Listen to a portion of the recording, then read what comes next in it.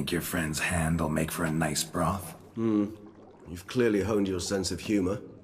But we are not cannibals, Geralt. I took a fragment of tissue from the hand. It will suffice to prepare some resonance. What did you do with the rest? I cremated it, as our codex commands. A raven told me you'd acquired the necessary ingredient. Pretty helpful creatures. Call on them often? I try not to overdo it. But they can be so useful, as they were now, when I merely needed to be sure I could arrive in time should things go sour. Managed fine alone, but thanks for the thought. Gonna need much longer to finish brewing resonance? Mentioned a last ingredient, too. What about that? That, I fear, might prove troublesome. You see, to use the concoction to summon the memories of one, the solution must contain the blood of another specimen of the same species. Shouldn't be a problem. I happen to know a higher vampire who should be willing to help. Right, Regis? It's not that simple, I'm afraid.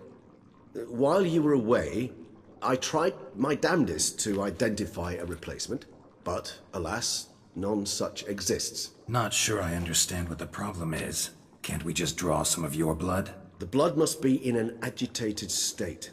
As I'm certain you know, higher vampires can change their corporeal shell. As our flesh changes, so does our blood's chemical composition. To make a long story short, I shall need to induce in myself a state of strong psychokinetic arousal. In brief, madness, rabidity. And that stands to be very, very dangerous. Dangerous? Why? I mean, you'll still be you, right? True, but I should be highly agitated, in a state of fury. You know better than I that fury cannot be controlled. If you've ever seen an enraged vampire, you know very well that all who find themselves nearby will be in grave danger. How will we handle that? I'd rather not have you lunge at me, claws extended. That makes two of us. But worry not. I've thought it through very thoroughly. Details to follow soon.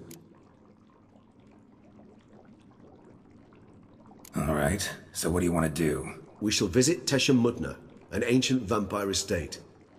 There we will find cages suspended in the air. I will enter one, be confined. You will lure beasts there. Beasts you will then kill. The bloodletting should prove profuse. Abundant enough so that the blood scent will drive me mad. Wild. Tesha Mudna. What's it like? It is a place of torment. A torture chamber. Long ago, shortly after we'd arrived in this world, one among us named Kagmar developed such a taste and lust for human blood that in one night he could imbibe an entire village. This brought trouble on the entire species. Common folk wearied quickly of living in constant fear. They began to hunt us, seek the aid of mages and witches in tracking us down. So what? Not like they could ever hope to kill you. But they were bothersome. Forgive the comparison, but when did you last enjoy mosquitoes buzzing around your head? In any case, the other vampires decided something had to be done. Kagmar had to be caught and punished. A torture chamber was thus outfitted in the dungeons of Tesha Mudna. Inside it, a cage made entirely of a special alloy of silver, dalvinite, and meteorite steel. Kagmar was captured and locked in the cage. Sat there over 2 centuries, driven to fury time after time, never able to escape. Thus I know the cage will withstand the fury to which we shall drive my humble being.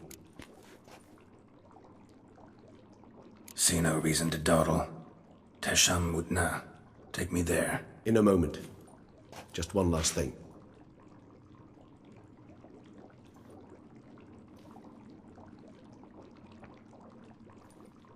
What was that? Blood. Oh, the last favor the Raven did me. I've also taken some Sancurium, a solution that sharpens one's sense of smell. One drop of blood shall smell like a gallon to me now. You crazy? You're a recovering addict. Your outrage warms my heart, Geralt. But you must remain calm. I have no choice.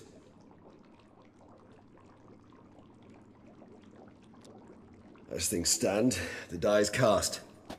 High time we set off for Tesha Mudna.